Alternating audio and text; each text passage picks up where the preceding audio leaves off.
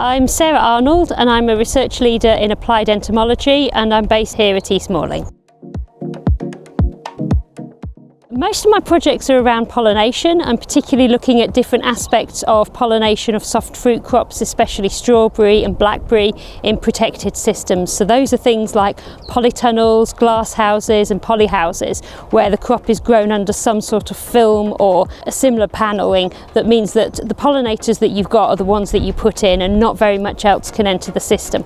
I'm also working on aspects of integrated pest management. So how can we manage pests better and reduce the number of plant protection products that we put onto the crop? And this can include managing aphids in strawberry, for example, but also managing apple blossom weevil.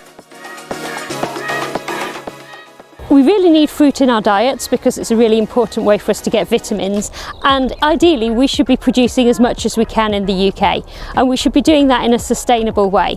So that means rather than immediately going for the pesticide bottle, we should be looking at other strategies to control our pests. A lot of fruit crops in the UK are insect pollinated, and we rely quite heavily on managed pollinators at the moment in order to make sure that they're getting the pollination services that they need. But sometimes those managed pollinators don't perform as well as they can, especially in modern systems.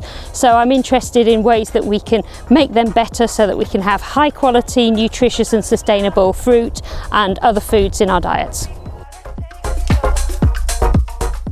I think the big one is the fact that increasingly a lot of the pest protection products that we have are getting withdrawn from authorisation. So growers have got fewer tools available to them to manage the pests on their crop. So that either means that we need to go back to methods that were being used before we had all of this arsenal of pesticides, or we need to be looking at future approaches. So whether it's things like biopesticides and biocontrols, or whether there's something new that's just coming into the scene that could really provide us with solutions that we need. The other thing that's happening at the moment is with climate change and globalisation, there's a lot of new pests coming in. So for example, in soft fruit, Drosophila suzuki'i, the spotted winged Drosophila, came into Europe some years ago and has swept through the whole of Europe.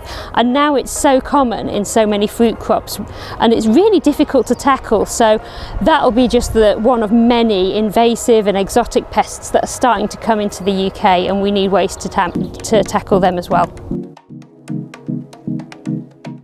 We're bringing a whole range of expertise into play to try and look at this. So whether that's looking at things like precision spraying equipment, so how to use the pesticides that we have more accurately and in the exact amounts that we need.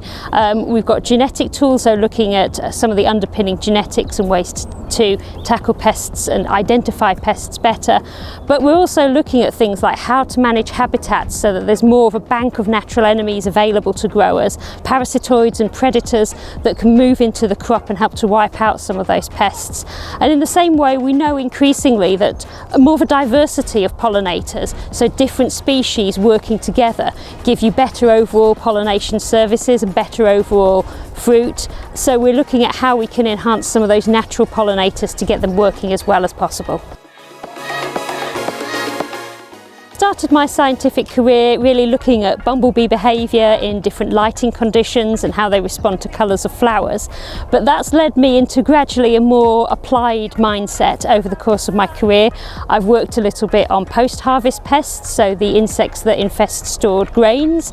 I've worked on pollination in cocoa and in African bean farming systems, as well as natural enemies in them. So coming to Niab, a lot of those different experiences that I've had have really paid into this opportunity to work on UK fruit systems.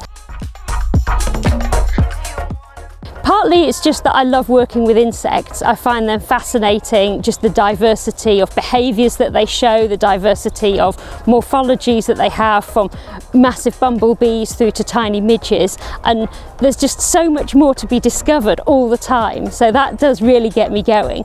And I think also the fact that what we're doing is making a real difference for the UK fruit industry.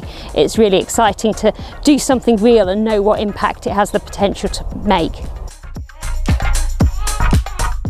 Doing good science, so making sure that what we're doing is really high quality, but also making sure that it does translate into impact. So it's not just sitting there as a paper that nobody reads, it's something that is living work that affects growers and other stakeholders in the UK environment.